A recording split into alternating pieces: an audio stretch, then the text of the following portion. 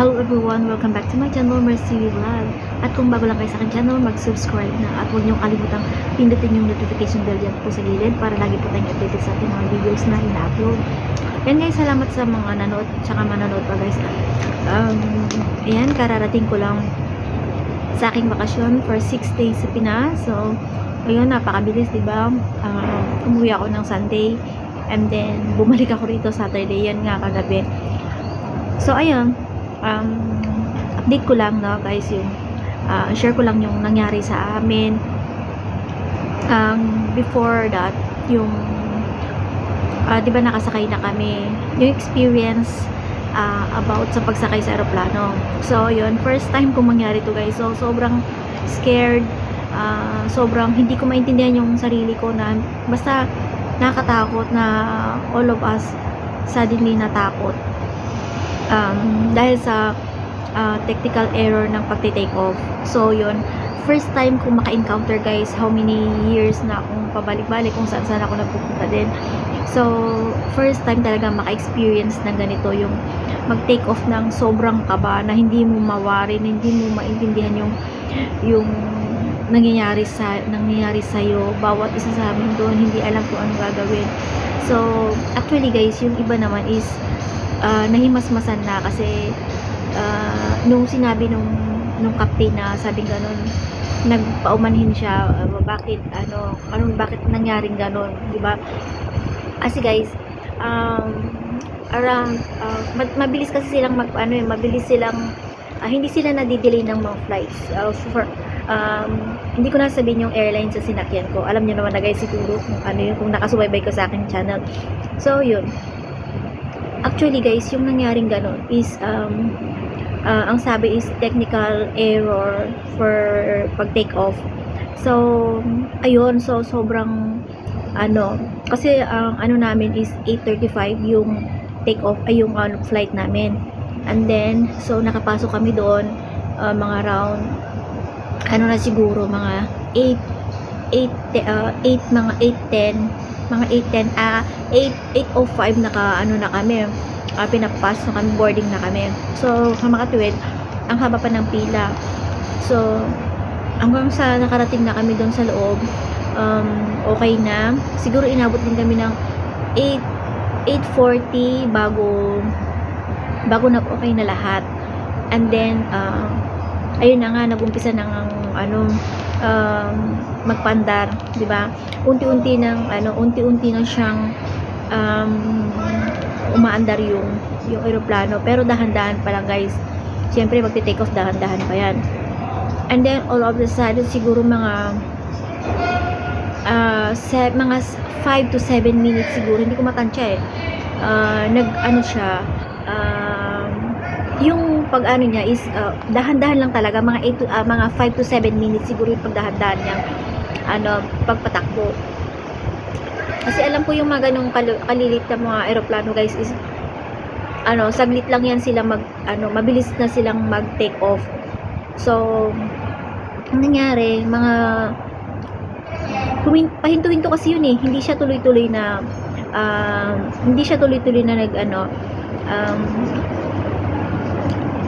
umuusad, hindi siya tuloy-tuloy, para humihinto-hinto siya. And then siguro mga gano'n na ulit na 5 minutes na hindi pa rin, na hinto-hinto rin siya talaga, hanggang sa inaantay namin na talagang basta hindi namin siya mawari bakit gano'n napakatagal yung pagti-take off niya. And then siguro mga na siya, umabot na siya ng magna 9 o'clock na. Ayun, yung before 9 o'clock unti-unti na siyang unti-unti na ulit siyang umuusad ulit, pero dahan-dahan din naman siya, hanggang siguro mga 5 minutes ulit na gano'n ang nangyari. Umabot ng 9:10 na siguro yun, parang gano'n, 9:10 na magte-take off. Ang bilis lang guys, ang bilis niyang siguro mga lang yun, parang siyempre mararamdaman nyo kung magti-take off na talaga kasi siyempre sa umpisa, tapos biglang uugong ng malakas, yun mabilis na yun. Pero kami, ang nangyari sa amin guys, sobrang nakakaba talaga guys nangyari sa amin.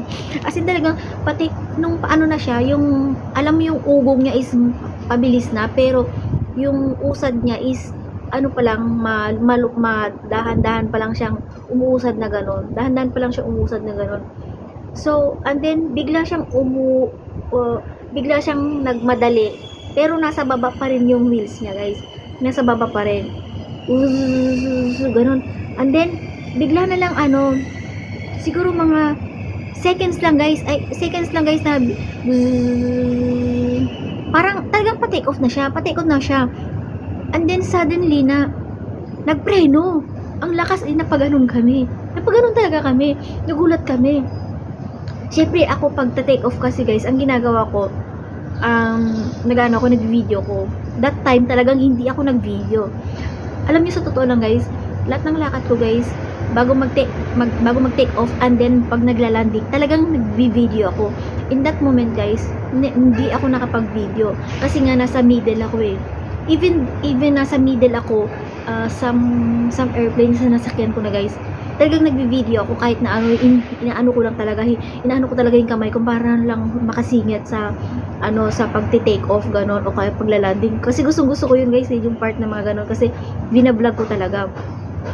So ang nangyari edi bigla siyang umugong na alam mo mabilis na siyang pataas na, kasi maliit lang guys yung yung eroplanong sinakyan ko, kasi pag malalaki guys matagal hanggang sa mabilis na siyang mabilis siyang umandar. Yun hindi.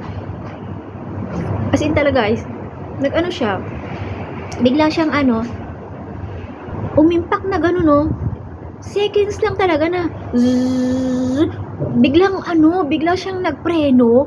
Ang lakas ng preno talaga, as in talaga yung mga bato-bato, ramdam guys, kahit na nasa loob kami ng aeroplano guys, ramdam namin yung sobrang kalaskas ng mga bato na sumadsad talaga. Yung parang kala mo sumadsad na, di ba pag nagpepreno ka guys na ang lakas parang kala mo basta grabe, sobrang lakas ng ng preno niya. Yun, nag-technical error sila sa pag-take off. And then so syempre kinabahan kami, syempre ang dami namin dun guys. Tas yung iba naman hindi pinapahalata nagpapanik, pero as in talagang syempre alam naman nila, kahit naman na sino, di ba? Kahit sino nagpanik talaga noon, talaga grabe. Kahit sino guys, kahit na hindi mo kakilala sa katabi mo, nakausap mo agad-agad di ba? Nakausap ko yung ano nangyari. Siya patulog na rin siya that time patulog na rin siya Tapos ako din na ko, parang sabi ko, kasi iniisip ko kailangan kong gumising, kailangan kong nakadilat yung mata ko pag nagte-take off. So ganun ang nangyari sa akin. Alam nyo ba, nung talagang as in gumanon siya, and then tapos ang bilis niyang pangyari, huminto at nagpreno ng napakalakas. Hindi namin alam kung anong gagawin namin. Nagtanungan kami, anong nangyari, di ba? Super scared na, di ba? Sobrang talagang nakakatakot. As in talagang sabi ko, hala, sobrang kaba ko, hindi ko maintindihan. Siyempre may sakit pa naman ako, tapos madadagdagan yung di ba? Parang tumaas yung presyon ng dugo ko. So parang ano nangyayari? Tapos sabi ng huminto siya. Nagpahinga konti. Sabay nagsabi na pasensya na, sorry sa abala, sorry kung natakot, sa mga natakot, sorry. Humingi siya ng pasensya, nagsabi siya ng technical error para sa pag-take off, sabi niya ganun. So ayun, panay-panay ang hingi niya, siya, siguro mga tries siyang nag-sorry ng ganun, na paumanhin na na-scared ko kayo. So yun yung pinaka-scary na moments ko talaga na pa-take off guys. Grabe. As in talaga, hindi ko talaga na-videohan yun. For the first time mag-take off, talagang hindi ko siya na-videohan kasi nga nasa gitna ako. At saka sabi ko, hindi ko na kailangan i-video kasi nga parang nung ano lang, kabi-video ko lang na mag-take off din kasi ganun yung ginagawa ko guys, di ba nung video ko nung last, bago kumuwi, nag-video pa ako paano mag-take off, paano mag-landing. Na-videohan ko talaga yun guys. And then ito lang talaga yung hindi ko siya na-videohan. Talagang as in, kinabahan ako ng gusto guys. Hindi lang ako guys, grabe. As in lahat. Grabe. Ang tagal namin dun sa sa part na yon. Kasi hindi namin nawalayan na syempre, lahat ng kaba, lahat ng is hanggang sa nag-uusap-usap na yung mga tao ano nangyari, 'di ba? Tapos ulit yung captain na sabing gano'n, 10 minutes ready na for take off, sabi niya ulit ganon, pasensya na lang, humingi na ulit ng pasensya. Bali 3 times nga siya guys na humingi ng pasensya, 2 beses bago kami mag take off, and then bago mag landing ulit, humingi siya ulit ng pasensya dahil natakot daw kami, para i-make sure pero sabi niya i-make sure naman na maging maayos lahat, na walang masamang abiryan mangyari, ganun. Yun naman yung sinabi niya guys, na doon naman talaga kami doon kami nung nung nakalapag na, so yun, parang nahimasmasan ako. Pero although mas mahirap yung paglanding guys, mahirap din yung paglanding kasi nga 'di ba yung pababa pasadsad kasi siya, hindi gumaganon-ganon talaga siya, parang hindi na balance ng gusto. Tas hindi naman talaga sabay talaga yung minsan yung pagbaba ng paa, 'di ba? Yung ng wheels, hindi talaga siya sabay minsan. So ayun, doon talaga kami natakot guys. Sobra talagang scary talaga yung nangyari sa amin.